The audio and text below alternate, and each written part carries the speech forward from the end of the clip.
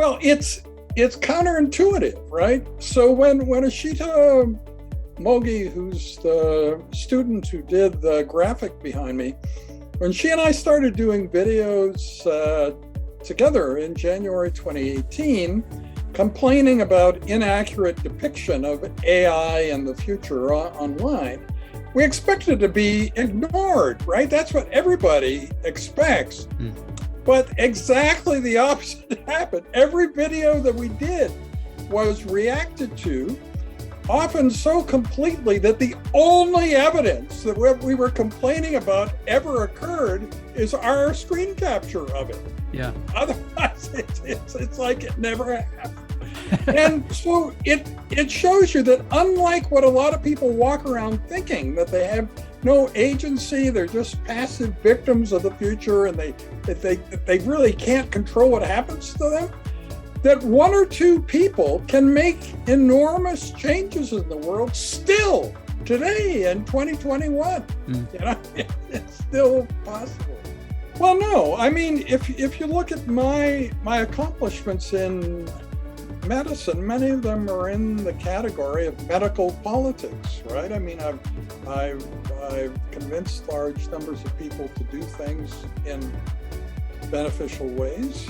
So politics, sort of like the internet or life itself, it's neither good or bad. It's whatever you make of it, right? Yeah. It's a vehicle.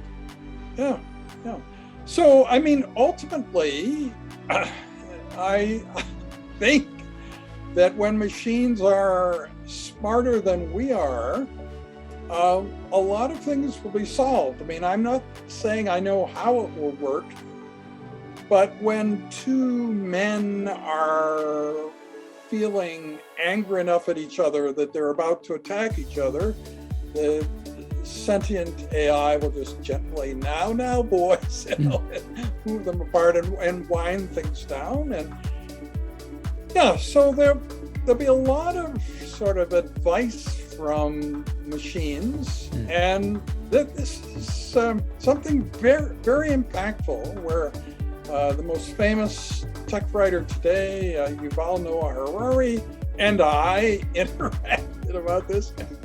So he was saying that in the future, human culture will be wrecked, because every plot line of every movie, every play, every TV show depends upon human decision making.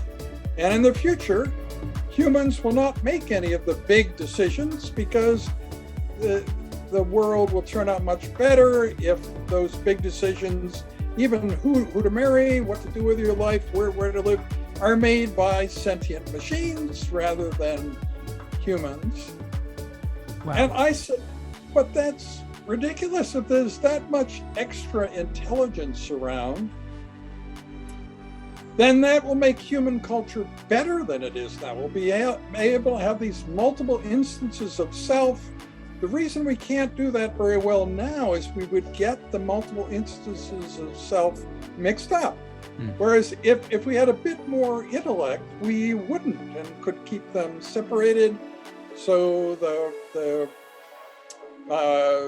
the instance of yourself that went to Istanbul and the one that went to, Rio and so on would come back and tell each other stories, and the parties would be so great, because in the end everybody's so compatible, because they're just really you.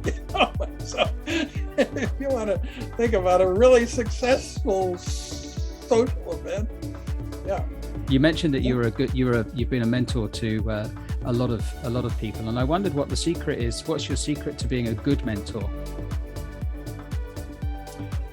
Well, I think to realize how bi-directional the process is, when people realize that even though they're much younger than you, that you really enjoy learning from them, that you respect what they have to teach, that makes the whole thing work better than if they get the impression that you think every moment spent talking to them is like a waste of time because they haven't been on Earth long enough to have something interesting to say, and so on.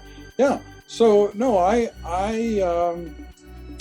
have always treated young people as equals. Of course, it was true in the beginning, and in January 1973, I was young and they were young, but the gulf between us, now the average is like 50 to 55 years between them and me.